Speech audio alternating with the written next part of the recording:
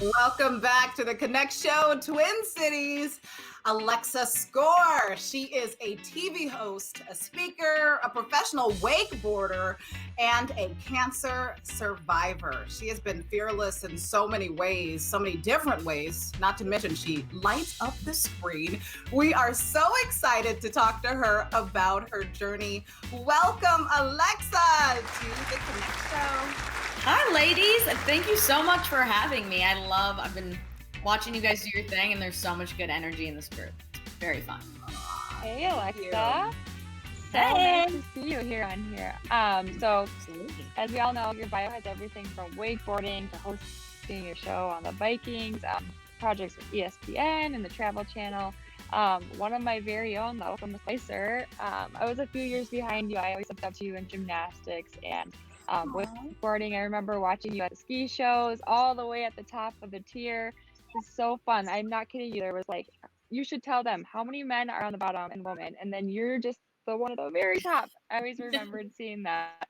But tell us more about how you became the Alexa Scorer that we know today. Yeah, a long journey. I grew up in Minnesota. I ended up getting diagnosed with leukemia when I was 16.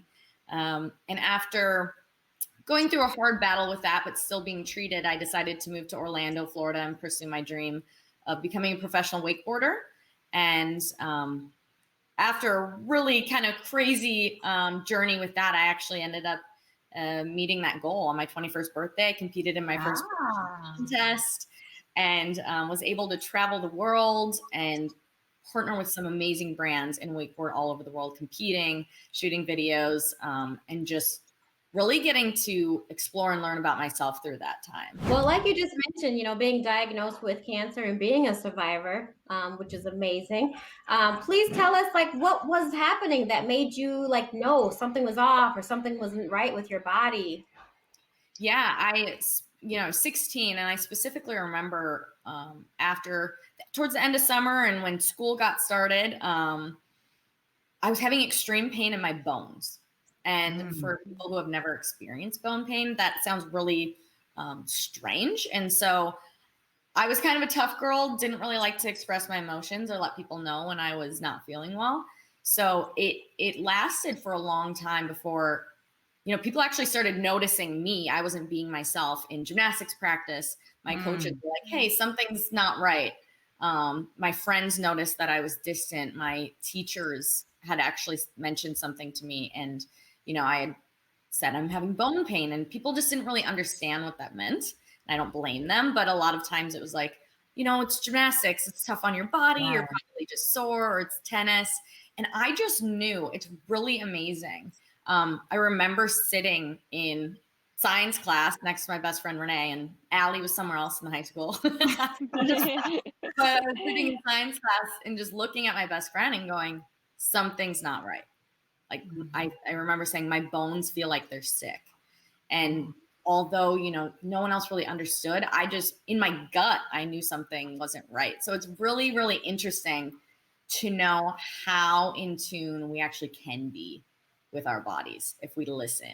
So important to advocate for yourself in the doctor's office and listen to your body, like you said. But changing gears a little bit, would love to know kind of when this career in front of the camera came to you. Like, what inspired you to say, yep, I want to be a host. I want to be talking in front of the camera.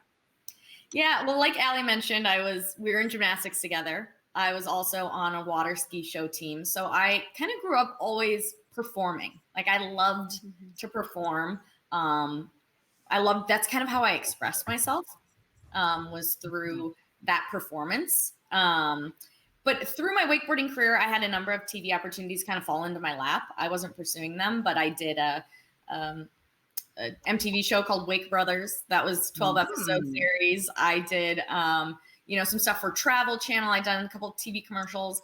And then about 4 years ago, when I was ready to transition out of wakeboarding, I knew that wasn't my life career. When I was ready to transition out, I said, if I don't pursue television, I will regret it forever. Like what could possibly be, and if I fail, so be it. And that is like the most terrifying thing to say.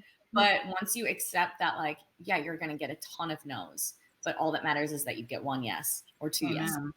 Amen to that. That's when I really, went for it. And I feel so grateful that I did, because I was presented with a number of really amazing opportunities. And I am really, really happy with where I am today. Thank you so much, Alexa, for stopping by. What a great start to our show. We try to bring women from all industries and walks of life to share their stories. So thank you again for coming. We have more coming up after the break. Thank you guys for all that you are doing. Alexa. So cool. Proud of you all.